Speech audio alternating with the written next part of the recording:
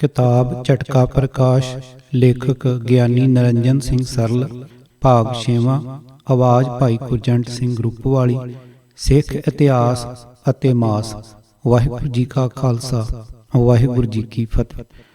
ਭਾਈ ਰਣਧੀਰ ਸਿੰਘ ਨੇ ਇਹ ਵੀ ਮਿਥਿਆ ਭਾਖੀ ਹੈ ਕਿ ਸਿੱਖ ਇਤਿਹਾਸ ਵਿੱਚੋਂ ਮਾਸ ਖਾਣ ਦਾ ਵਿਧਾਨ ਨਹੀਂ ਮਿਲਦਾ। ਇਸ ਦੇ ਉੱਤਰ ਵਿੱਚ ਮੈਂ ਇਹ ਦਾਅਵਾ ਕਰਦਾ ਹਾਂ ਕਿ ਅੱਜ ਤੱਕ ਜਿਤਨੀਆਂ ਪੁਸਤਕਾਂ ਸਿੱਖ ਇਤਿਹਾਸ ਦੇ ਸੰਬੰਧ ਵਿੱਚ ਮਿਲਦੀਆਂ ਹਨ, ਸਾਰੀਆਂ ਵਿੱਚ ਹੀ ਗੁਰੂਆਂ ਅਤੇ ਸਿੱਖਾਂ ਦੇ ਮਾਸ ਖਾਣ ਦਾ ਵਿਧਾਨ ਮਿਲਦਾ ਹੈ। ਸਿੱਖ ਇਤਿਹਾਸ ਦੀ ਕੋਈ ਪੁਸਤਕ ਵੀ ਇਸ ਸਬੂਤ ਤੋਂ ਖਾਲੀ ਨਹੀਂ। ਉਹ ਭਾਵੇਂ ਕਿਸੇ ਸਿੱਖ ਦੀ ਲਿਖੀ ਹੋਵੇ ਤੇ ਭਾਵੇਂ ਕਿਸੇ ਹਿੰਦੂ, ਮੁਸਲਮਾਨ ਜਾਂ ਈਸਾਈ ਦੀ, ਪਰ ਆਪ ਸਿਰਫ ਹਾਮਨਾਮਾਨੇ ਦੀ ਪੱਟੀ ਹੀ ਪੜ੍ਹੇ ਹੋਏ ਸਨ। ਪਰ ਮਰ ਗਏ ਤੇ ਮੁੱਕਰ ਗਏ ਦਾ ਕੋਈ ਇਲਾਜ ਨਹੀਂ। ਉਹਨਾਂ ਨੂੰ ਇਹ ਗੱਲ ਨਹੀਂ ਸੀ ਆਖਣੀ ਚਾਹੀਦੀ ਕਿ ਸਿੱਖ ਇਤਿਹਾਸ ਵਿੱਚ ਮਾਸ ਖਾਣ ਦਾ ਵਿਧਾਨ ਨਹੀਂ ਮਿਲਦਾ। ਸਗੋਂ ਇਹ ਕਹਿਣਾ ਚਾਹੀਦਾ ਸੀ ਕਿ ਸਿੱਖ ਇਤਿਹਾਸ ਕੋਈ ਹੈ ਹੀ ਨਹੀਂ, ਜਿਹੜਾ ਹੈ ਉਹ ਸਿਰ ਪੈਰਾਂ ਤੱਕ ਝੂਠ ਹੈ। ਇਸ ਦੇ ਲਿਖਣ ਵਾਲੇ ਸਾਰੇ ਲਿਖਾਰੀ ਬੇਈਮਾਨ ਅਰ ਖਾਣ ਦੇ ਕੁੱਤੇ ਸਨ। ਪਰ ਸਾਨੂੰ ਇਹੋ ਜਿਹੇ ਮੁੱਕਰ ਪੰਥੀਆਂ ਨੂੰ ਸਮਝਾਉਣ ਦੀ ਲੋੜ ਨਹੀਂ। ਅਸੀਂ ਤਾਂ ਖੋਜੀ ਸੱਜਣਾ ਦੀ ਗਿਆਤ ਹਿੱਤ ਸਿੱਖ ਇਤਿਹਾਸ ਦੇ ਹਵਾਲੇ ਪੇਸ਼ ਕਰਦੇ ਹਾਂ, ਸੋ ਧਿਆਨ ਨਾਲ ਸੁਣੋ। ਹਵਾਲਾ ਨੰਬਰ 1। ਪੁਰਾਤਨ ਜਨਮ ਸਾਖੀ ਵਿੱਚ ਗੁਰੂ ਨਾਨਕ ਦੇਵ ਜੀ ਦੀ ਦੂਸਰੀ ਉਦਾਸੀ ਦਾ ਹਾਲ ਲਿਖਿਆ ਹੈ। ਉਸ ਵੇਲੇ ਸੈਦੋ ਤੇ ਸਿੰਘਾਂ ਨਾਮ ਦੇ 2 ਜੱਟ ਸਿੱਖ ਗੁਰੂ ਦੇ ਨਾਲ ਸਨ। ਉਹਨਾਂ ਦੀ ਬਾਬਤ ਇਸ ਤਰ੍ਹਾਂ ਲਿਖਿਆ ਹੈ। ਏਕ ਦਿਨ ਇੱਕ ਰਾਤ ਕੋ ਦੇਖਣ ਤਾਂ ਇੱਕ ਮਰਦ ਚੱਲਿਆ ਆਮਦਾ, ਹੱਥ ਮੱਛੀ ਹੈਸ। ਤਦ ਸੈਦੋ ਪੁੱਛਿਆ, ਜੀ ਤੁਸੀਂ ਕੌਣ ਹੋ, ਕਿੱਥੇ ਜਾਓਗੇ? ਤਾਂ ਉਹ ਮਰਦ ਬੋਲਿਆ, ਜੋ ਮੈਂ ਖੁਆਜਾ ਹਾਂ, ਗੁਰੂ ਪਾਸ ਜਾਂਦਾ ਹਾਂ, ਨਿਤ ਪ੍ਰਤੀ ਇਸ ਵੇਲੇ ਸੇਵਾ ਕਰਨ। ਅੱਜ ਮਛਲੀ ਭੇਟ ਲੈ ਚੱਲਿਆ ਹਾਂ। ਦੇਖੋ ਸਾਖੀ ਨੰਬਰ 42। ਇਸ ਤੋਂ ਇਹ ਗੱਲ ਸਿੱਧ ਹੋ ਜਾਂਦੀ ਹੈ ਕਿ ਗੁਰੂ ਜੀ ਮੱਛੀ ਖਾਣੀ ਬੁਰੀ ਨਹੀਂ ਸਨ ਸਮਝਦੇ। ਨੰਬਰ 2। ਇਸੇ ਪੁਸਤਕ ਵਿੱਚ ਅਨਬੀ ਸਰੇਵੜੇ ਦੇ ਮੇਲ ਦਾ ਜ਼ਿਕਰ ਹੈ।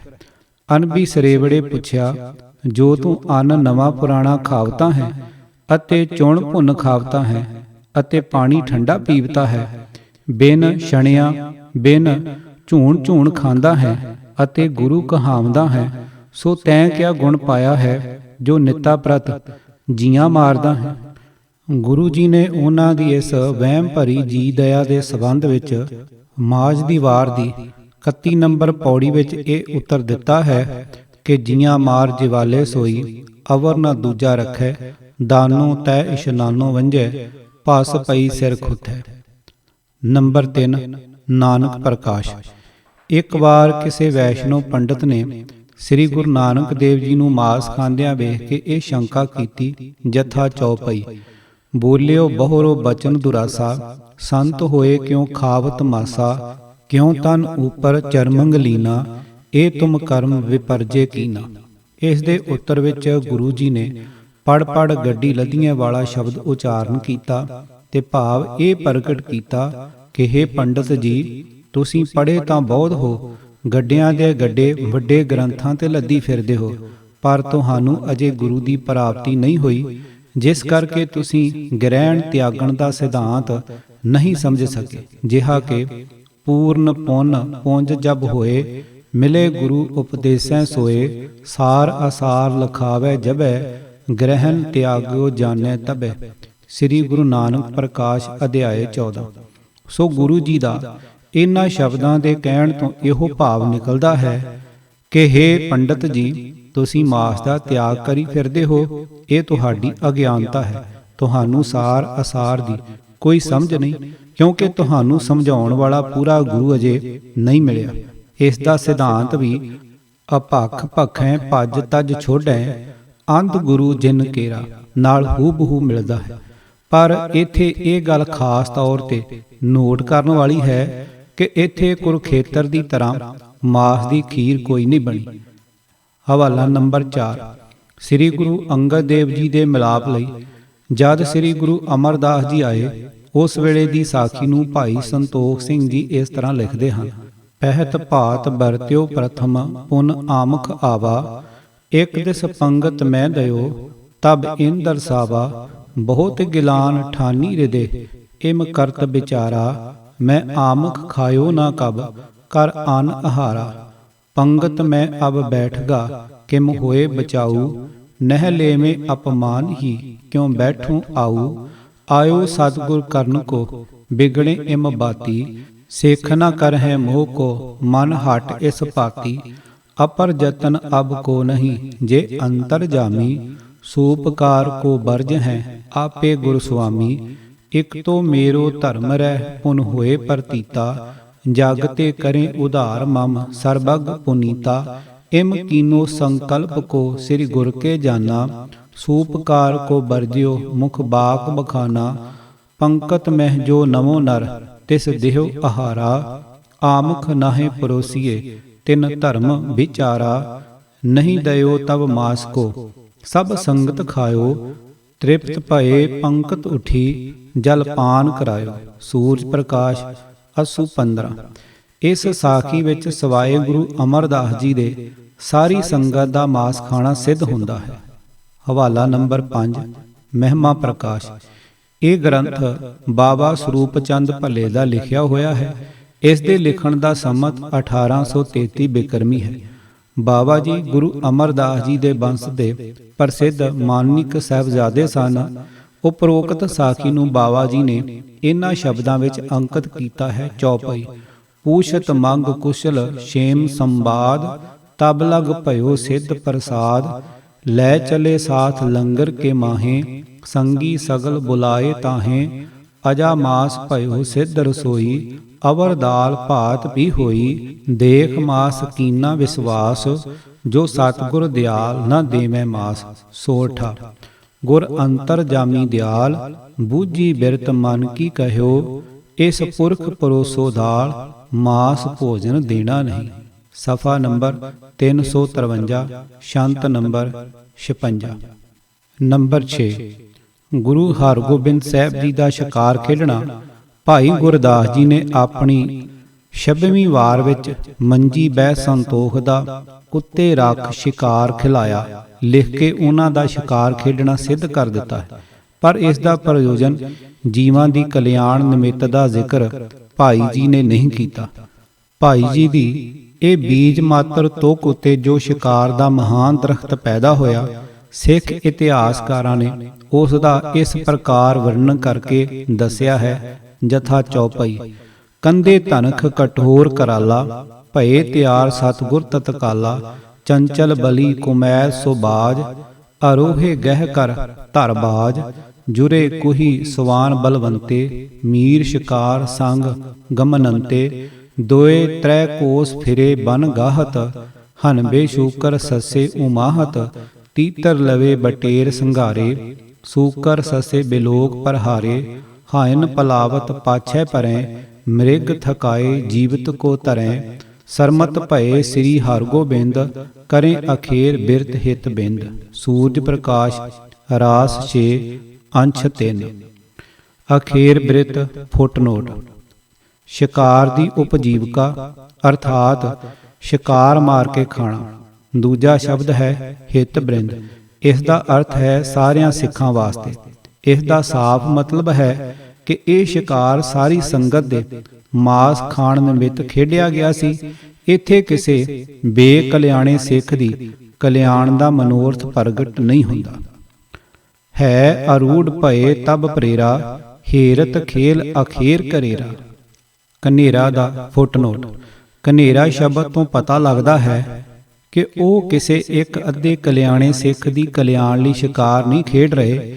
ਜੇ ਇੱਥੇ ਕਲਿਆਣ ਨਿਮਿਤ ਸ਼ਿਕਾਰ ਖੇਡਣਾ ਮੰਨਿਆ ਜਾਵੇ ਤਾਂ ਇਸ ਦਾ ਇਹ ਮਤਲਬ ਹੋਇਆ ਕਿ ਪਹਿਲੇ ਗੁਰੂਆਂ ਦੀ ਸਿੱਖੀ ਦਾ ਆਵਾ ਹੀ ਊਤ ਗਿਆ ਸੀ। ਨੰਬਰ 7 ਦੋਹਰਾ। ਸ਼ਾਹ ਨਿਕਟ ਜਾਵੇਂ ਗੁਰੂ, ਜਬੇ ਸ਼ਾਹ ਕਰ ਜਾਦ। ਪੁੰਨ ਸ਼ਿਕਾਰ ਖੇਲੇ ਪ੍ਰਭੂ, ਪਰਸ਼ੋਤਮ ਮਿਰਜਾਦ। ਚੌਪਈ। ਸ੍ਰੀ ਗੁਰੂ ਅਗਰ ਸ਼ਿਕਾਰ ਖਿਲਾਵੇਂ, ਬਨ ਕੇ ਜੀਵ ਜੰਤ ਬਹੁ ਕਾਵੇਂ। ਦੋਹਰਾ। ਸ੍ਰੀ ਗੁਰੂ ਮਾਰਤ ਜੀਵ ਕੋ, ਦਇਆ ਨ ਮਨ ਮੈਂ ਧਾਰ। ਗੁਰ ਬਿਲਾਸ ਪਾਤਸ਼ਾਹੀ 6ਵੀਂ ਅਧਿਆਏ 6ਵਾਂ। ਹਵਾਲਾ ਨੰਬਰ 8। ਸ੍ਰੀ ਗੁਰੂ ਗੋਬਿੰਦ ਸਿੰਘ ਜੀ ਦਾ ਸ਼ਿਕਾਰ ਪ੍ਰੋਗਰਾਮ। ਇੱਕ ਦਿਨ ਗੁਰੂ ਗੋਬਿੰਦ ਸਿੰਘ ਜੀ ਨੇ ਨਗਾਰਚੀ ਨੂੰ ਆਖਿਆ ਕਿ ਇੱਕ ਨਗਾਰਾ ਤਿਆਰ ਕਰੋ ਤਾਂ ਕਿ ਸ਼ਿਕਾਰ ਚੜ੍ਹਨ ਵੇਲੇ ਉਸ ਨੂੰ ਵਜਾਇਆ ਜਾਇਆ ਕਰੇ, ਕਿਉਂਕਿ ਬਿਨਾਂ ਨਗਾਰਾ ਵਜਾਏ ਸ਼ਿਕਾਰ ਚੜ੍ਹਨਾ ਸ਼ੋਭਾ ਨਹੀਂ ਪਾਉਂਦਾ। ਜਦ ਇਹ ਗੱਲ ਮਸੰਦਾ ਨੇ ਸੁਣੀ ਤਾਂ ਉਹ ਬਹੁਤ ਘਬਰਾਏ। ਮਾਤਾ ਗੁਜਰੀ ਪਾਸ ਜਾ ਕੇ ਲੱਗੇ ਪੁਕਾਰ ਕਰਨ, ਜਥਾ ਚੌਪਈ। ਇਹੀ ਬਾਤ ਮਸੰਦ ਨ ਸੁਣੀ, ਮਾਤਾ ਤੀਰ ਬੇਗ ਜਾਂ ਭਨੀ। हे ਮਾਤਾ ਨਾਤੀ ਸਮਝਾਓ, ਰਾਜਨ ਸੋ ਮਤ ਰਾਰ बढ़ावो। हम हैं जगत पूज निर्वादी, हमको बनत न ऐसी शादी। राजा रात कलूर सो आयो, ये सब भेवत हैं सुन पायो। वह जो सुन है बजतन गारा, करे बिना नह रह है रारा। तांते जा गुर को सिख दीजै, जा अखेट में चित न कीजै। जा माता सुन सिख बुलायो, सर्ब भेव कह के समझायो। माता जी ने नगारची नूं ਨਗਾਰਾ ਮੜਨ ਤੋਂ ਰੋਕ ਦਿੱਤਾ। ਜਦ ਇਸ ਸਾਰੀ ਵਾਰਤਾ ਦਾ ਪਤਾ ਗੁਰੂ ਜੀ ਨੂੰ ਲੱਗਾ ਤਾਂ ਬੜੇ ਜੋਸ਼ ਵਿੱਚ ਆ ਕੇ ਔਰ ਗੱਜ ਕੇ ਇਸ ਤਰ੍ਹਾਂ ਬੋਲੇ ਚੌਪਈ। ਕਾ ਹਮ ਰਾਜਨ ਕੇ ਡਰ ਪੈ ਹੈ, ਤਾਂ ਕੇ ਤਰਾਸ ਨਾ ਨਾਦ ਬਜੈ ਹੈ। ਕਹਾਂ ਪਇਓ ਜੋ ਰਾਜਾ ਆਇਓ, ਹਮ ਤਾਕੋ ਕਛ ਮੁਲਕ ਸ਼ਨਾਇਓ। ਜੋ ਪੈ ਜੂ ਹੀ ਕਰ ਹੈ ਰਾਰਾ, ਆਗੇ ਕਹਾਂ ਨਾਰ ਤਨ ਧਾਰਾ। ਫਿਰ ਗੁਰੂ ਜੀ ਨੇ ਨਗਾਰਾ ਤਿਆਰ ਕਰਵਾਇਆ ਤੇ ਉਸ ਦਾ ਨਾਮ ਰਣਜੀਤ ਨਗਾਰਾ ਰੱਖਿਆ। ਉਸ ਨੂੰ ਵਜਾਉਂਦੇ ਹੋਏ ਜਿਸ ਸ਼ਾਨ ਨਾਲ ਗੁਰੂ ਜੀ ਸ਼ਿਕਾਰ ਚੜ੍ਹਦੇ ਹਨ, ਉਸ ਦਾ ਇਸ ਤਰ੍ਹਾਂ ਵਰਣਨ ਕੀਤਾ ਗਿਆ ਹੈ, ਜਥਾ ਸਵਈਆ। ਕਾਨਨ ਮੈਂ ਪਰਵੇਸ਼ ਕੀਓ, ਜੈ ਸਿੰਘ ਸਸੇ ਕਛ ਅੰਤ ਨ ਪਾਰੀ। ਤਬ ਸ੍ਰੀ ਗੁਰੂ ਬਾਜ ਅਰੂੜ ਪਏ, ਅਤ ਸੁੰਦਰ ਕਾਂਤ ਲਸੇ ਤਨ ਧਾਰੀ। ਜੀਨ ਜਿਗਾ ਕਲਗੀ ਅਤ ਰਾਜਤ, ਬਾਰਚਤ ਅੰਗ ਉਤੰਗ ਅਸਾਰੀ। ਰੋਜ ਅਰ ਰੀਸ਼ ਚੰਖਾਰ ਅਪਾਰ, ਸੋ ਅਰਨੇ ਅਰ ਗੈਂਡੇ ਕੋ ਅੰਤ ਨ ਪਾਰੀ। ਆਇਸ ਸੈਨ ਦਈ ਸੋ ਸੁਕਾਰੈ, ਮਾਰ ਤਰੀਸ਼ ਅਰ ਰੋਜ ਸਹਾਈ। ਆਇਸ ਦਾ ਫੁੱਟਨੋਟ। ਸਾਰੀ ਦੀ ਸਾਰੀ ਫੌਜ ਦੇ ਸ਼ਿਕਾਰ ਲਈ ਚੜ੍ਹਨਾ, ਧਰਤੀ ਅਤੇ ਆਕਾਸ਼ ਵਿੱਚ ਵਿਚਰਨ ਵਾਲੇ ਜਾਨਵਰਾਂ ਨੂੰ ਕੁੱਤਿਆਂ ਤੇ ਬਾਜਾਂ ਕੋਲੋਂ ਮਰਵਾਉਣਾ, ਬਹੁਤ ਸਾਰੇ ਤਿੱਤਰਾਂ ਤੇ ਬਟੇਰਿਆਂ ਦਾ ਸੰਘਾਰਨਾ, ਕਲਿਆਣ ਨਿਮਿਤ ਸ਼ਿਕਾਰ ਖੇਡਣਾ ਸਿੱਧ ਨਹੀਂ ਕਰਦਾ।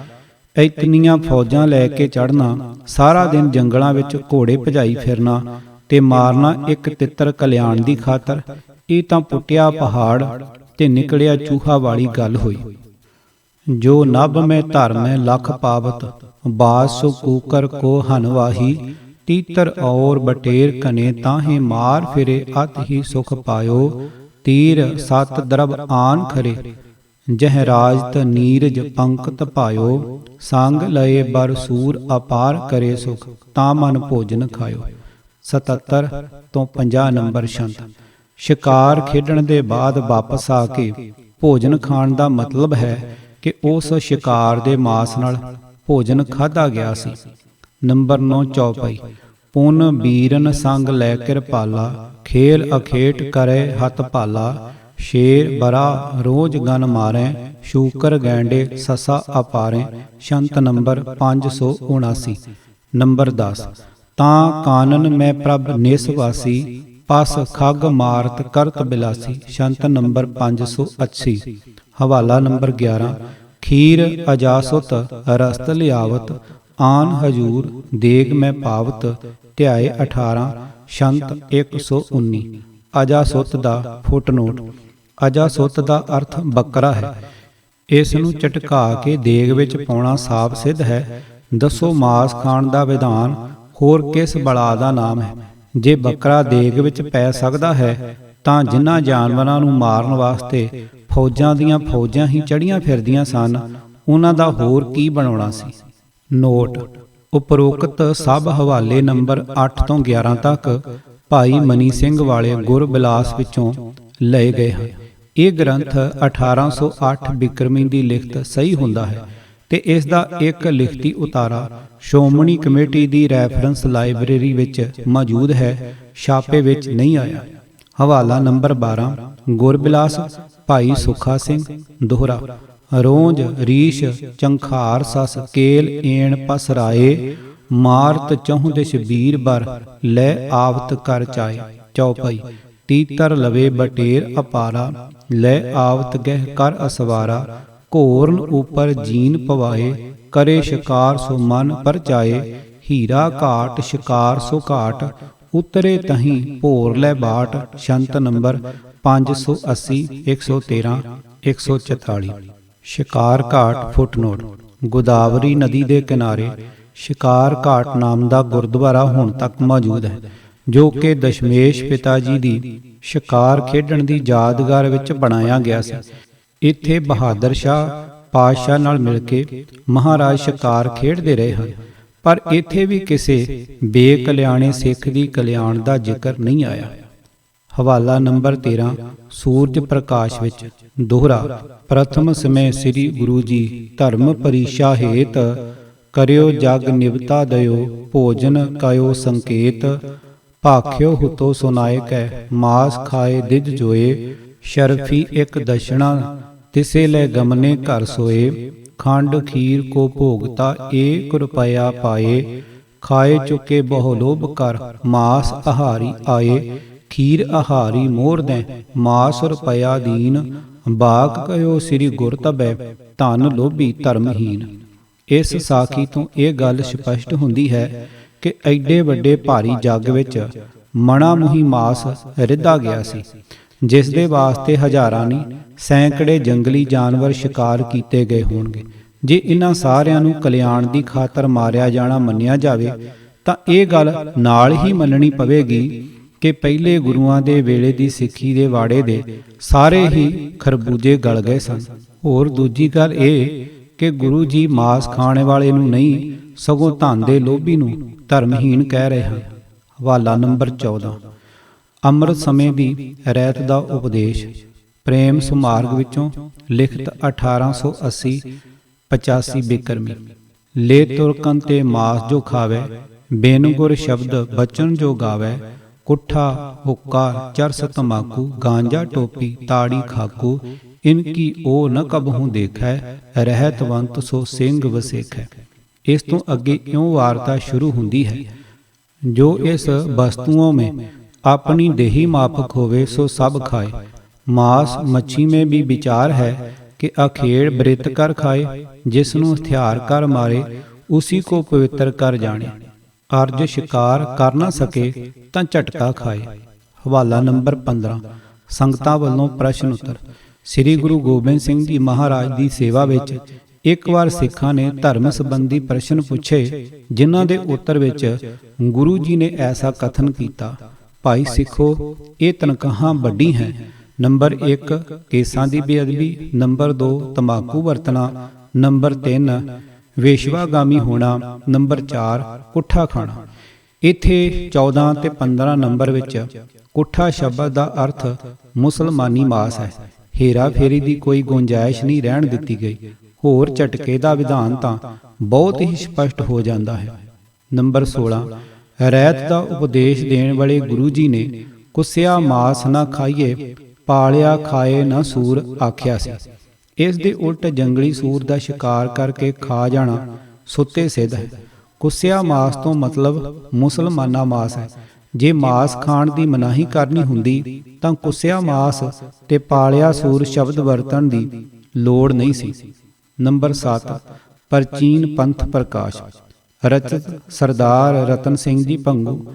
ਆਪ ਜੀ ਨੇ ਖਾਲਸਾ ਪੰਥ ਦੀ ਉਤਪਤੀ ਵੇਲੇ ਗੁਰੂ ਜੀ ਵੱਲੋਂ ਸਿੱਖਾਂ ਨੂੰ ਦਿੱਤੇ ਗਏ ਰਹਿਤ ਸੰਬੰਧੀ ਉਪਦੇਸ਼ ਆਪਣੇ ਬਜ਼ੁਰਗਾਂ ਪਾਸੋਂ ਸੁਣ ਕੇ ਤੇ ਪੁਰਾਣੇ ਗ੍ਰੰਥਾਂ ਵਿੱਚ ਲਿਖੇ ਵੇਖ ਕੇ ਇਸ ਤਰ੍ਹਾਂ ਕਥਨ ਕੀਤੇ ਹਨ।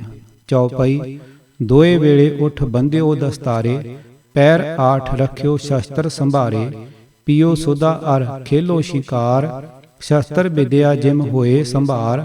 ਕਰ ਝਟਕੇ ਬਕਰਨ ਕੋ ਖਾਇਓ, ਮੁਰਦੇ ਕੁੱਠੇ ਕੇ ਨਿਕਟ ਨਾ ਜਾਇਓ। ਸਫਾ 20। ਹਵਾਲਾ ਨੰਬਰ 18 ਇੱਕ ਵੇਰ ਸ੍ਰੀ ਅਕਾਲ ਤਖਤ ਦੇ ਸਾਹਮਣੇ ਤਤ ਖਾਲਸੇ ਅਤੇ ਬੰਦਈ ਸਿੰਘਾਂ ਦੀ ਲੜਾਈ ਹੋਈ। ਤਤ ਖਾਲਸਾ ਜਿੱਤਿਆ ਤੇ ਬੰਦਈ ਖਾਲਸਾ ਹਾਰਿਆ। ਉਸ ਤੋਂ ਉਪਰੰਤ ਇੱਕ ਹੋਰ ਸ਼ਰਤ ਲਾਈ ਗਈ ਕਿ ਦੋਹਾਂ ਦਲਾਂ ਵਿੱਚੋਂ ਇੱਕ ਇੱਕ ਪਹਿਲਵਾਨ ਮੈਦਾਨ ਵਿੱਚ ਆ ਕੇ ਕੁਲੇ। ਜਿਸ ਦਾ ਪਹਿਲਵਾਨ ਢਹਿ ਜਾਵੇ ਉਹ ਆਪਣਾ ਪੰਥ ਛੱਡ ਕੇ ਦੂਜੇ ਪੰਥ ਵਿੱਚ ਸ਼ਾਮਲ ਹੋ ਕੇ ਉਸ ਦੀ ਮਰਜ਼ਾਦਾ ਨੂੰ ਮੰਨੇ। ਇਸ ਲਈ ਤਤ ਖਾਲਸੇ ਵੱਲੋਂ ਬਾਬੇ ਕਾਹਨ ਸਿੰਘ ਦਾ ਪੁੱਤਰ ਮੀਰੀ ਸਿੰਘ ਤੇ ਬੰਦਈਆਂ ਵੱਲੋਂ ਲਾਹੌਰਾ ਸਿੰਘ ਬੰਦਈ ਦਾ ਪੁੱਤਰ ਸੰਗਤ ਸਿੰਘ ਕੋਲੇ। ਮੀਰੀ ਸਿੰਘ ਨੇ ਸੰਗਤ ਸਿੰਘ ਨੂੰ ਢਾਹ ਲਿਆ। ਇਸ ਲਈ ਸੰਗਤ ਸਿੰਘ ਨੂੰ ਤਤ ਖਾਲਸਾ ਬਣਾਉਣ ਲਈ ਮਹਾਪ੍ਰਸਾਦ ਝਟਕਾ ਖੁਆਇਆ ਗਿਆ। ਇਸ ਬਾਰੇ ਭਾਈ ਰਤਨ ਸਿੰਘ ਭੰਗੂ ਇਸ ਤਰ੍ਹਾਂ ਲਿਖਦੇ ਹਨ। ਮੀਰੀ ਸਿੰਘ ਜਦ ਹੱਥ ਛੁਹਾਇਆ, ਤੁਰਤ ਸੰਗਤ ਸਿੰਘ ਹੇਠਾਂ ਆਇਆ। ਝਟ ਕਰ ਝਟਕੋ ਲਿਓ ਮੰਗਾਏ, ਸੂਰ ਡਲਾ ਮੁਖ ਛੱਡਿਓ ਪਾਏ। ਨੰਬਰ 19। ਜਦ ਬਾਬਾ ਤਾਰਾ ਸਿੰਘ ਜੀ ਵਾਈਏ ਉੱਤੇ ਲਾਹੌਰੋਂ ਮੁਸਲਮਾਨੀ ਫੌਜ ਚੜ੍ਹੀ, ਉਹਨਾਂ ਸੋਚਿਆ ਕਿ ਨਗਾਰੇ ਬਿਨਾਂ ਯੁੱਧ ਦਾ ਕੋਈ ਸਵਾਦ ਨਹੀਂ ਆਉਂਦਾ। ਇਸ ਲਈ ਉਹਨਾਂ ਬੱਕਰਾ ਝਟਕਾ ਕੇ ਨਗਾਰਾ ਮੜਿਆ। ਭੰਗੂ ਜੀ ਇਸ ਤਰ੍ਹਾਂ ਲਿਖਦੇ ਹਨ। ਝਟਕਿਓ ਬੱਕਰਾ ਫੂਟਿਓ ਮਾਟਾ, ਖਲ ਕਢਾਏ ਦੁੰਦਬ ਵੱਡ ਠਾਟਾ। ਇਥੋਂ ਇਹ ਸਿੱਧ ਹੋਇਆ ਕਿ ਖਲ ਨਾਲ ਤਾਂ ਨਗਾਰਾ ਮੜਿਆ ਤੇ ਯੁੱਧ ਤੋਂ ਪਹਿਲਾਂ ਉਸ ਬੱਕਰੇ ਦਾ ਮਹਾਪ੍ਰਸਾਦ ਸਿੰਘਾਂ ਛਕਿਆ। ਚੰਗੀ ਤਰ੍ਹਾਂ ਰੱਜ ਕੇ ਯੁੱਧ ਦੀ ਤਿਆਰੀ ਕੀਤੀ। ਰਤਨ ਸਿੰਘ ਭੰਗੂ, ਸਫਾ ਨੰਬਰ 116। ਹਵਾਲਾ ਨੰਬਰ 20। ਬੰਦੇ ਤੇ ਤਤ ਖਾਲਸੇ ਦਾ ਅੱਡ ਹੋਣਾ। ਦੋਹਰਾ। ਤਬ ਬੰਦੇ ਪੰਥ ਖੁਦ ਰਚਿਓ, ਖਾਲਸੇ ਸੋ ਕਰ ਬਾਦ, ਸਿੰਘਨ ਵੇਗ ਸੋ ਨਹਿ ਸਕੇ, ਕਰੈਸ ਬਹੁਤ ਬਿਖਾਦ। ਚੌਪਹੀ।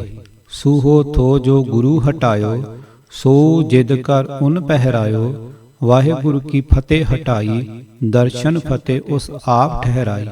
ਨੀਲ ਪਹਿਰਨ ਤੇ ਦੂਰ ਕਰਾਇਓ, ਸਮਰਾ ਸੂਹਾ ਸੀਸ ਬੰਧਾਇਓ, ਮਹਾਪ੍ਰਸਾਦ ਕੇ ਨੇੜੇ ਨਾ ਜਾਵੇ, ਧੋਕੇ ਲੱਕੜੀ ਚੌਂਕੈ ਪਾਵੇ, ਭਜੰਗਨ ਰੀਤ ਸੋ ਦਈ ਹਟਾਏ, ਵਖਤ ਭੀੜ में जो थी सुखदाए, वक्त कुवक्त थो गुरु विचारिया, दूरों ते सो थो गुरु संभारिया, भुख भीड़ उनसर नह जानी, राजनीत को हुतो न ज्ञानी, भुख भीड़ को जतन न लखा, पंथ करन चाह्यो उन वखा। दोहरा। सतगुर खूब विचार थी करी, सरबंगी रीत, चारों वर्ण मलाए के, करी पांचवी रीत। जंग दौड़ियो सौड़ में, भुख भीड़ बहु होए, तह बिश्नोई किम चलै, जहाँ सुध नित होए। रतन सिंह भंगू। नोट। रतन सिंह जी भंगू भाई महताब सिंह शहीद मीरा कोटिए दे पोतरे ते सरदार शाम सिंह जथेदार ਕਰੋੜੀਆ ਮਿਸਲ ਦੇ ਦੋਤਰੇ ਸਨ। ਹਵਾਲਾ ਨੰਬਰ 21। ਮਹਿਮਾ ਪ੍ਰਕਾਸ਼, ਸਫਾ ਨੰਬਰ 721। ਅਖੇੜ ਬਿਰਤ ਕੋ ਨਿਤ ਪ੍ਰਭ ਜਾਵੇਂ, ਸਿੰਘ ਸਮੂਹ ਸੰਗ ਲੈ ਆਵੇਂ, ਖੇਲ ਸ਼ਿਕਾਰ ਪ੍ਰਭ ਹੋਏ ਪ੍ਰਸੰਨ, ਆਗਿਆਕਾਰੀ ਭਗਤ ਆਨੰਦ। ਹਵਾਲਾ ਨੰਬਰ 22। ਮਹਿਮਾ ਪ੍ਰਕਾਸ਼ ਵਿੱਚੋਂ ਮਾਛੀਵਾੜੇ ਦਾ ਪ੍ਰਸੰਗ। ਸ਼ਾਮ ਤੱਕ ਮਾਛੀਵਾੜੇ ਆਏ ਪਹੁੰਚੇ। ਰਾਤ ਕੋ ਉਹਾਂ ਰਹੇ। ਬੱਕਰਾ ਮੰਗਵਾਏ ਕੇ ਝਟਕਾ ਕਰਵਾਇਆ। ਪ੍ਰਸ਼ਾਦ ਛਕ ਕਰ ਸਿੰਘਾਂ ਉਸ ਦੀਆਂ ਸੰਖੀਆਂ, ਪਿਛਵਾੜੇ ਮੁਸਲਮਾਨ ਘਰ ਥਾ ਉਹਾਂ ਫੈਂਕੀਆਂ। ਸਫਾ 766। ਹਵਾਲਾ ਨੰਬਰ 23। ਇਸ ਪ੍ਰਸੰਗ ਦੀ ਪੁਸ਼ਟੀ ਲਈ ਭੰਗੂ ਦਾ ਬਿਆਨ। ਇੱਕ ਦਿਨ ਗੁਰ ਬੱਕਰਾ ਮੰਗਵਾਇਓ, ਸਿੰਘਨ ਤੇ ਝਟਕੋ ਕਰਵਾਇਓ, ਜਿਮ ਸਤਿਗੁਰ ਝਟਕੋ ਕਰ ਖਾਵੇਂ, ਸੁੱਟ ਸੰਖੀਆਂ ਘਰ ਤੁਰਕ ਗਿਰਾਵੇਂ, ਦੇਖ ਤੁਰਕ ਦੇ ਖੱਤਰੀ ਗਾਰੈਂ, ਹਮਰੇ ਘਰ ਤੁਹੇ ਹੱਡੀਆਂ ਡਾਰੈਂ, ਤੋ ਸਤਿਗੁਰ ਦਏ ਰੁਪਏ ਡਾਰ, ਚੁਗ ਕਾਜੀ ਰਹਿਓ ਮਸ਼ਟ ਮਾਰ। ਹਵਾਲਾ ਨੰਬਰ 24। ਬਾਬਾ ਸੁਮੇਰ ਸਿੰਘ ਜੀ ਇਸ ਤੇ ਪ੍ਰਵਾਨਗੀ ਦੀ ਮੋਹਰ ਲਾਉਂਦੇ ਹਨ ਤੇ ਇਹ ਬਾਬਾ ਜੀ ਤਖਤ ਸ੍ਰੀ ਪਟਨਾ ਦੇ ਮਹੰਤ ਸਨ। ਤਬੇ ਗੁਲਾਬਾ ਬੱਕਰਾ ਲਿਆਇਓ, ਗੋਰੀ ਸੋ ਤਬ ਤਾਹੇ ਹਨਾਇਓ। ਦੋਹਰਾ। ਭਇਓ ਸ਼ਬਦ ਤੁਰਕ ਨਾ ਲਖਮ, ਡਰਾ ਗੁਲਾਬਾ ਧਾਮ, ਸਤਿਗੁਰ ਵੱਡ ਕਾਰਨ ਕਰੇ, ਰਾਖੇ ਮੋਹਿ ਗੁਲਾਮ। ਚੌਪਈ। ਫਿਰ ਚਾरों ਚਰਨ ਬੱਕਰੇ ਕੇ ਲਏ, ਖਲਰੀ ਮਹਿ ਰਾਖ ਪ੍ਰਭ ਦਏ, ਨਿਕਟ ਬਾਂਕ ਕਾਜੀ ਜਬ ਦਈ, ਤਾਂ ਕੇ ਸੀਸ ਮਾਰ ਪ੍ਰਭ ਦਈ, ਪਾਗ ਗਿਰੀ ਆਪੋਂ ਗਿਰ ਪਰਾ, ਖਾਏ ਮੂਰਛਾ ਚੁੱਪ ਕਾ ਡਰਾ, ਪੁੰਨ ਛਕ ਮਹਾ ਪ੍ਰਸਾਦ ਕਿਰਪਾਲਾ, ਸੰਖੀਆਂ ਸੈਦੇ ਗੇਹ ਸੋਡਾਲਾ, ਕੁਸ਼ਕ ਵਿਪਰ ਕੇ ਗ੍ਰਹਿ ਗਿਰਾਈ, ਤਬ ਸਜਦ ਉਹ ਉਰ ਅਕੁਲਾਈ, ਹਸ ਪੁਨ ਮੋਹਰੇ ਤਿਹ ਗ੍ਰਹਿ ਡਾਰੀ, ਭਇਓ ਲੋਭ ਤਬ ਸਜਦ ਭਾਰੀ, ਚੁੱਪ ਹਵੇ ਰਹਿਓ ਨਾ ਬੋਲਿਓ ਕੈਸੇ, ਚੋਰ ਘੋਰ ਪਰਤਿਆ ਰਤ ਜੈਸੇ। ਗੁਰਬਿਲਾਸ ਸ਼ਮੇਰ ਸਿੰਘ, ਸਫਾ ਨੰਬਰ 526। ਛਾਪਾ ਪੱਥਰ। ਇਹ ਗ੍ਰੰਥ ਵੀ ਰੈਫਰੈਂਸ ਲਾਇਬ੍ਰੇਰੀ ਅੰਮ੍ਰਿਤਸਰ ਵਿੱਚ ਪਿਆ ਹੈ। ਹਵਾਲਾ ਨੰਬਰ 25। ਮਾਛੀਵਾੜੇ ਤੋਂ ਬਾਅਦ ਜਦ ਦਸ਼ਮੇਸ਼ ਜੀ ਚੌਧਰੀ ਲਖਮੀਰ ਤੇ ਸ਼ਮੀਰ ਦੇ ਪਿੰਡ ਗਏ ਤਾਂ ਉਹਨਾਂ ਬੜੀ ਸੇਵਾ ਕੀਤੀ। ਉਸ ਵੇਲੇ ਦੀ ਸਾਖੀ ਮਾਸ ਦੇ ਵਿਧਾਨ ਨੂੰ ਭਲੀ ਪ੍ਰਕਾਰ ਸਪਸ਼ਟ ਕਰ ਦਿੰਦੀ ਹੈ। ਜਥਾ ਚੌਧਰੀ ਲਖਮੀਰ ਸ਼ਮੀਰ सेवा गुरु की बहुत करते रहे। एक दिन उसने गुरु के थाल का सीत प्रसाद मांग के लै लीता। गुरु जी ने आख्या कि इत्थे ही बैठ के छक लै। उस बेनती कीती, सच्चे पातशाह घर लै जावांगा तां सारा टब्बर वंड के खावेगा, उन्हां दी बुद्ध सुध होवेगी। नोट, जिथे भाई रणधीर सिंह ने मास नूं बुद्धि नूं भ्रिष्ट करन वाला लिखिया है, सिख इतिहास उस नूं बुद्धि नूं शुद्ध करन दा हेतु कथन कर रहा है। ਇਹ ਕਹਿ ਕੇ ਥਾਲ ਚੁਕਵਾ ਕਰ ਘਰ ਲੈ ਗਿਆ। ਤਦ ਝਟਕੇ ਦਾ ਮਹਾਂਪ੍ਰਸਾਦ ਦੇਖਦੇ ਸਾਰ ਸ਼ਮੀਰ ਦੇ ਮਾਮੇ ਨੇ ਆਖਿਆ, ਜੇ ਕਿਸੇ ਨੇ ਇਹ ਝਟਕਾ ਖਾ ਲੀਤਾ ਤਾਂ ਸੁਲਤਾਨ ਪੀਰ ਉਸ ਨੂੰ ਪੀੜ ਕੇ ਮਾਰ ਸੁੱਟੂ। ਅਸੀਂ ਤੁਸੀਂ ਸਭ ਗੁੱਗੇ ਨੂੰ ਸੁਲਤਾਨ ਨੂੰ ਮੰਨਣ ਵਾਲੇ ਸੁਲਤਾਨੀਏ ਹਨ। ਸ਼ਮੀਰ ਦੀ ਤੀਵੀਂ ਨੇ ਅਜਿਹਾ ਭੜਥੂ ਪਾਇਆ, ਕਿਸੇ ਨੂੰ ਖਾਣ ਨਾ ਦਿੱਤਾ। ਜੈਤੋ ਵਾਲੇ ਲੱਖੇ ਤੋਂ ਟੁਵਾ ਪਟਵਾ ਕੇ ਧਰਤੀ ਵਿੱਚ ਦਬਾ ਦਿੱਤਾ। ਜਦ ਸਵੇਰੇ ਉੱਠ ਕੇ ਸ਼ਮੀਰ ਫਿਰ ਗੁਰੂ ਕਿਆਂ ਨੂੰ ਮੱਥਾ ਟੇਕਣ ਗਿਆ ਤੇ ਗੁਰੂ ਜੀ ਨੇ ਸੀਤ ਪ੍ਰਸਾਦ ਛਕਣ ਦਾ ਹਾਲ ਪੁੱਛਿਆ ਤਾਂ ਉਸ ਨੇ ਡਰਦੇ ਮਾਰੇ ਕੰਬ ਕੇ ਅਰਜ਼ ਕੀਤੀ, ਸੱਚੇ ਪਾਤਸ਼ਾਹ, ਉਹ ਪ੍ਰਸਾਦ ਸਾਡੇ ਮਾਮੇ ਨੇ ਤੇ ਮੇਰੀ ਘਰਵਾਲੀ ਨੇ ਕਿਸੇ ਨੂੰ ਨਾ ਛਕਣ ਦਿੱਤਾ। ਉਹਨਾਂ ਆਖਿਆ, ਜੇ ਝਟਕਾ ਖਾ ਲੀਤਾ ਤਾਂ ਸੁਲਤਾਨ ਪੀਰ ਕ੍ਰੋਧ ਕਰਕੇ ਸਾਡਾ ਧਨ ਧਾਮ ਨਸ਼ਟ ਕਰ ਦੇਵੇਗਾ। ਉਹਨਾਂ ਧਰਤੀ ਵਿੱਚ ਦਬਾ ਦਿੱਤਾ ਤਾਂ ਵੀ ਉਹਨਾਂ ਤੋਂ ਚੋਰੀ ਸਾਡੀਆਂ ਕੁੜੀਆਂ ਨੇ ਇਵਾਤਨ ਵਿੱਚੋਂ ਥੋੜਾ ਬਹੁਤ ਛਕ ਹੀ ਲੀਤਾ। ਮਹਾਰਾਜ ਬੋਲੇ, ਤੁਹਾਡੇ ਏਡੇ ਵੱਡੇ ਭਾਗ ਕਿੱਥੋਂ ਸਨ ਜੋ ਛਕ ਲੈਂਦੇ। ਹੁਣ ਤੁਹਾਡੀ ਧਰਤੀ ਤੇ ਬੇਟੀਆਂ ਵਰਸਾਈਆਂ, ਅੰਨ ਤੋਂ ਖਾਲੀ ਧਰਤੀ, ਸੰਤਾਨ ਤੋਂ ਖਾਲੀ ਤੁਹਾਡੀ ਬੇਟੀ ਕਦੇ ਨਾ ਰਹੂ। ਤਵਾਰੀ ਖਾਲਸਾ ਗਿਆਨੀ ਗਿਆਨ ਸਿੰਘ, ਹਿੱਸਾ 3, ਸਫਾ 726, ਹਵਾਲਾ ਨੰਬਰ 26। ਭਾਈ ਸੰਤੋਖ ਸਿੰਘ ਜੀ ਦੀ ਸੂਰਜ ਪ੍ਰਕਾਸ਼ ਵਿੱਚ ਲਿਖੀ ਹੋਈ ਇਹੋ ਸਾਖੀ ਗਿਆਨੀ ਗਿਆਨ ਸਿੰਘ ਨਾਲੋਂ ਇਸ ਵਿਸ਼ੇ ਤੇ ਵਧੇਕ ਰੋਸ਼ਨੀ ਪਾਉਂਦੀ ਹੈ। ਜਿਹੜਾ ਮਹਾਂਪ੍ਰਸਾਦ ਤੇ ਅੰਨ ਸ਼ਮੀਰ ਦੇ ਜੈਤੋ ਵਾਲੇ ਮਾਮੇ ਲੱਖੇ ਨੇ ਧਰਤੀ ਵਿੱਚ ਦਬਾ ਦਿੱਤਾ ਸੀ, ਗੁਰੂ ਜੀ ਨੇ ਉਸ ਨੂੰ ਭੋਜਨ ਦੀ ਬੇਅਦਬੀ ਸਮਝਿਆ ਤੇ ਆਖਿਆ ਕਿ ਇਸ ਤਰ੍ਹਾਂ ਭੋਜਨ ਦੀ ਬੇਅਦਬੀ ਦਾ ਸਿੱਟਾ ਦੁਰਭਿੱਖ ਕਾਲ ਹੁੰਦਾ ਹੈ। ਕਿਸੇ ਸਮੇਂ ਇੱਥੇ ਹੋ ਚੁੱਕੇ ਰਾਜੇ ਭਦਰ ਸੈਨ ਨੇ ਅੰਨ ਦੀ ਬੇਅਦਬੀ ਕੀਤੀ ਸੀ। ਇਸ ਵਾਸਤੇ ਇਹ ਮੁਲਕ ਉਜਾੜ ਹੋ ਗਿਆ ਸੀ। ਇੱਥੇ ਪਿਟਲੀ ਤੇ ਚਿਤਰਾ ਨਾਮ ਦੀਆਂ 2 ਨਦੀਆਂ ਵਗਦੀਆਂ ਹੁੰਦੀਆਂ ਸਨ। ਇਸ ਤਰ੍ਹਾਂ ਅੰਨ ਦੀ ਬੇਅਦਬੀ ਦੇ ਕਾਰਨ ਉਹ ਸੁੱਕ ਗਈਆਂ, ਜਿਸ ਕਰਕੇ ਇਹ ਦੇਸ਼ ਜੰਗਲ ਬਣ ਗਿਆ। ਹੁਣ ਸਾਡੇ ਇਸ ਦਬਾਏ ਗਏ ਮਹਾਂਪ੍ਰਸਾਦ ਨੇ ਇਹ ਥਾਂ ਮੱਲ ਲਈ ਹੈ, ਜਿਸ ਕਰਕੇ ਉਹ ਹਾਲਤ ਹੁਣ ਬਦਲ ਜਾਏਗੀ। ਜਥਾ ਹਮਾਰੇ ਸੀਤ ਪ੍ਰਸਾਦ ਨੇ ਰੋਕੇ ਇਹ ਥਾਨਾ, ਤੁਮ ਰैयत ਹੋਏ ਬਸੋਗੇ ਹਮ ਕੇ ਸਭ ਜਾਨਾ। ਅਵਨੀ ਜੰਗਲ ਦੇਸ਼ ਕੀ ਬਹੁ ਅੰਨ ਉਪਾਵੈ, ਅਬ ਤੇ ਦੁਗਣੀ ਚੌਗਣੀ 8 ਗੁਣੇ ਜਮਾਵੈ। ਹੋਏ ਹਮਾਰਾ ਮਾਲਵਾ ਜਿਤ ਕਿਤ ਬਿਦਤਾਵੈ, ਉਪਜੇ ਸਿੰਘ ਸਹਾਂਸਰ ਹੀ ਮਲਵਈ ਕਹਾਵੇਂ। ਸੁਨੀਏ ਸਿੱਖ ਸ਼ਮੀਰ ਪੋਂ ਚਾਹਤ ਹਮ ਦੀਨੋ, ਪ੍ਰਥਮ ਰਾਜ ਤੇ ਸ਼ੋਸ਼ ਰਹਿ ਅਬ ਸ਼ੇਮ ਨ ਲੀਨੋ। ਜੋ ਲੈਬੇ ਨ ਦੇਤ ਹੈ ਸੋ ਰੋਗ ਭੋਗੇ ਹੈ, ਆਪ ਕੁਸ਼ਟ ਕੋ ਕੁਸ਼ਟ ਲੈ ਪੁਨ ਬੰਸ ਲਗੈ ਹੈ। ਕਹਿ ਕਬ ਹਮਨੇ ਸੋ ਸੁਨਿਓ ਅਬਲੋ ਬੜ ਰੋਗੂ, ਚਲਿਓ ਆਏ ਤਿਸ ਬੰਸ ਮੈਂ ਭੋਗੇ ਦੁਖ ਭੋਗੂ। ਸੂਰਜ ਪ੍ਰਕਾਸ਼ ਰੁੱਤ 6 ਅੱਸੂ 56। ਗੁਰੂ ਸਾਹਿਬ ਇੱਥੇ ਸਪਸ਼ਟ ਕਰਦੇ ਹਨ ਕਿ ਇਸ ਧਰਤੀ ਦੀ ਉਹ ਕਮਜ਼ੋਰੀ ਤਾਂ ਨਿਕਲ ਜਾਵੇਗੀ, ਪਰ ਜਿਹੜਾ ਸ਼ਮੀਰ ਨੂੰ ਰਾਜ ਭਾਗ ਪ੍ਰਾਪਤ ਹੋਣਾ ਸੀ ਉਹ ਨਹੀਂ ਹੋ ਸਕੇਗਾ ਤੇ ਅਰਜਿਤ ਹੋ ਕੇ ਵਸਣਾ ਪਵੇਗਾ। ਪਰ ਜਿਹੜੇ ਜੈਤੋ ਵਾਲੇ ਮਾਮੇ ਨੇ ਇਹ ਦਾਤ ਲੈਣ ਨਹੀਂ ਦਿੱਤੀ, ਸੋ ਲੈਬੇ ਨਹਿ ਦੇਤ ਹੈ, ਰੋਗਾਂ ਨੂੰ ਭੋਗੇਗਾ ਅਰ ਸਰੀਰ ਦਾ ਕੋੜਾ ਹੋ ਜਾਵੇਗਾ ਤੇ ਉਸ ਦੀ ਕੁੱਲ ਵਿੱਚ ਇਹ ਰੋਗ ਹਮੇਸ਼ਾ ਕਾਇਮ ਰਹੇਗਾ।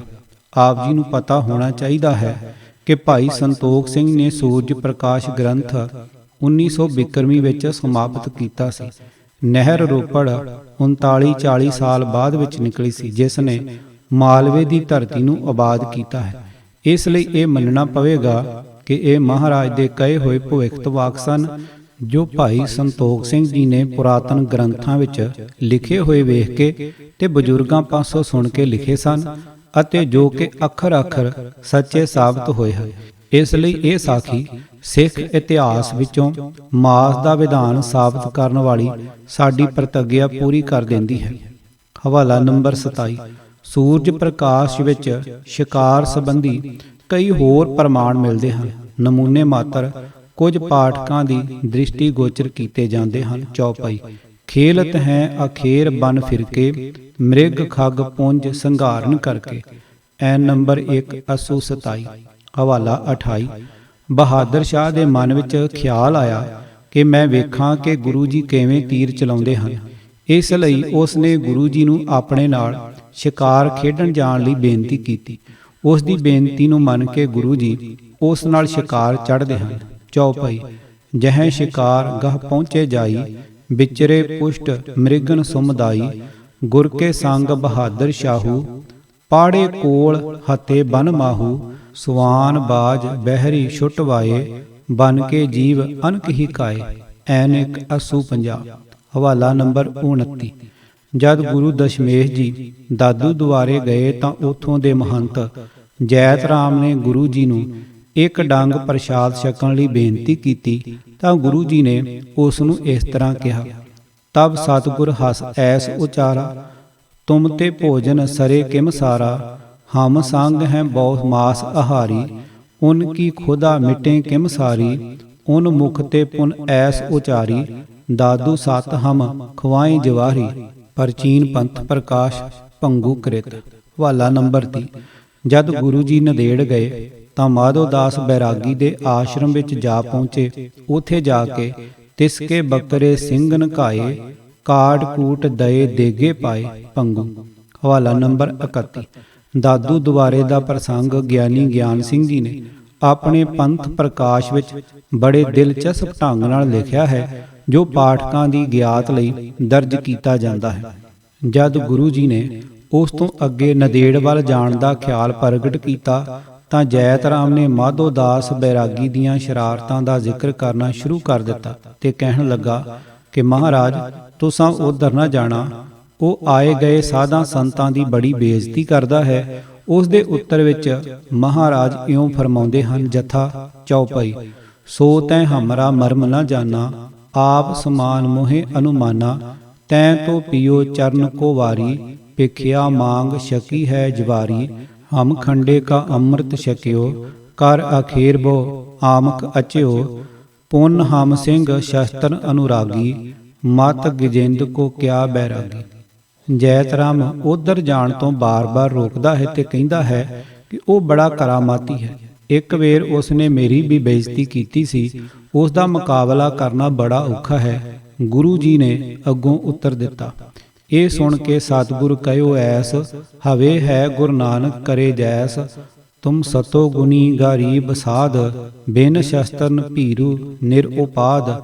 ਅਰ ਮੋਠ ਬਾਜਰੀ ਸ਼ਕਨ ਹਾਰ, ਤੁਮ ਕਿਉ ਨਾ ਤਿਸਤੇ ਡਰੋ ਯਾਰ। ਹਮ ਰਜੋ ਗੁਣੀ ਛਤਰ ਸੁਬੀਰ, ਸੰਗ ਮਾਸ ਹਾਰੀ ਸਿੰਘ ਧੀਰ।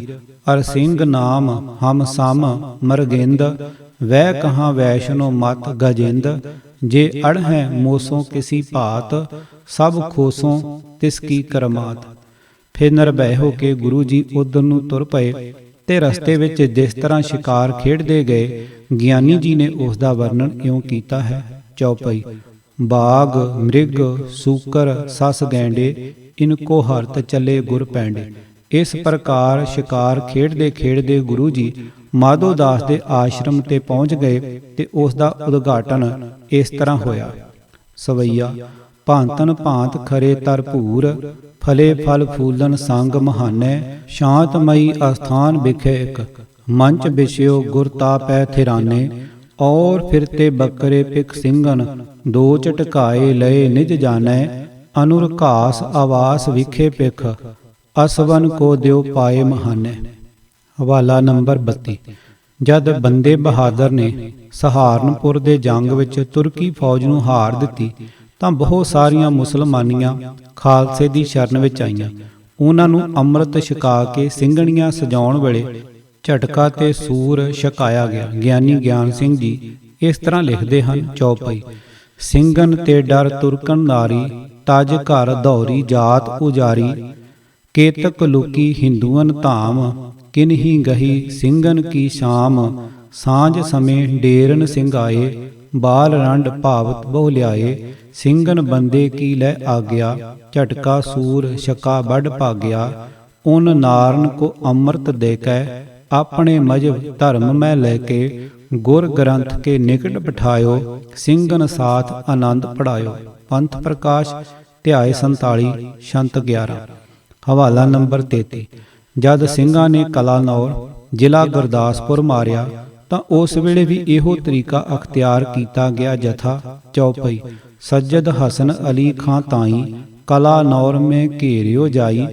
जोर संग उन हिंदू कने, तुर्क बनाए थे मन मने। ताको मार समेत संगियां, तुर्कनियां फड़ उनकी चंगियां। झटका सूर अमृत छका के, सिंगनियां कर सिंगे करा के। बाकी दही मजबेहन ताई, सियाल कोट उन पहुँचे जाई।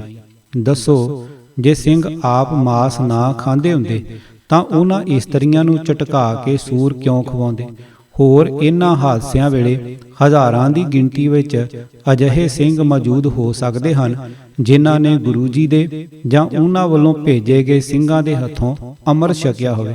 ਬਾਬਾ ਕਾਹਨ ਸਿੰਘ ਤੇ ਬਾਬਾ ਬਾਜ ਸਿੰਘ ਜੀ ਤਾਂ ਉਸ ਵੇਲੇ ਬੰਦਾ ਸਿੰਘ ਦੇ ਨਾਲ ਹੈਗੇ ਹੀ ਸਨ, ਜਿਹੜੇ ਕਿ ਗੁਰੂ ਜੀ ਦੇ ਹੁਕਮ ਅਨੁਸਾਰ ਉਸ ਦੇ ਨਾਲ ਨੰਦੇੜ ਤੋਂ ਆਏ ਸਨ।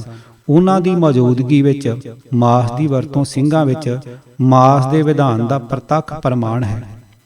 ਹਵਾਲਾ ਨੰਬਰ 34।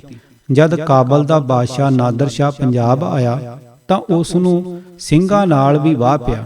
ਉਸ ਨੇ ਸਿੰਘਾਂ ਦੇ ਬਾਰੇ ਲਾਹੌਰ ਦੇ ਸੂਬੇ ਖਾਨ ਬਹਾਦਰ ਕੋਲੋਂ ਪੁੱਛਿਆ ਤਾਂ ਉਸ ਨੇ ਸਿੰਘਾਂ ਦੀ ਰਹੋ ਰੀਤ, ਬਹਾਦਰੀ ਅਤੇ ਆਚਰਣ ਦੇ ਮੁਤਲਕ ਬਹੁਤ ਕੁਝ ਦੱਸਿਆ ਤੇ ਨਾਲ ਇਹਨਾਂ ਦੇ ਮਾਸ ਖਾਣ ਦੀ ਵੀ ਗਵਾਹੀ ਦਿੱਤੀ। ਜਥਾ। ਚੌਪਈ। ਘਾਸ ਫੂਸ ਫਲ ਮੂਲ ਆਹਾਰ, ਖੈ ਹੈ ਕਾਚੇ ਹੀ ਮ੍ਰਿਗ ਮਾਰ। ਘੋੜਨ ਕੋ ਵੀ ਮਾਸ ਖੁੱਲੇ ਹੈ, 100 ਕੋਸ ਭਗੇ ਹੀ ਜੈ ਹੈ। ਪੰਥ ਪ੍ਰਕਾਸ਼ ਗਿਆਨ ਸਿੰਘ। ਕਿਤਾਬ ਝਟਕਾ ਪ੍ਰਕਾਸ਼। ਲੇਖਕ ਗਿਆਨੀ ਨਿਰੰਜਨ ਸਿੰਘ ਸਰਲ। ਭਾਗ 6ਵਾਂ। ਵਾਹਿਗੁਰੂ ਜੀ ਕਾ ਖਾਲਸਾ, ਵਾਹਿਗੁਰੂ ਜੀ ਕੀ ਫਤਿਹ।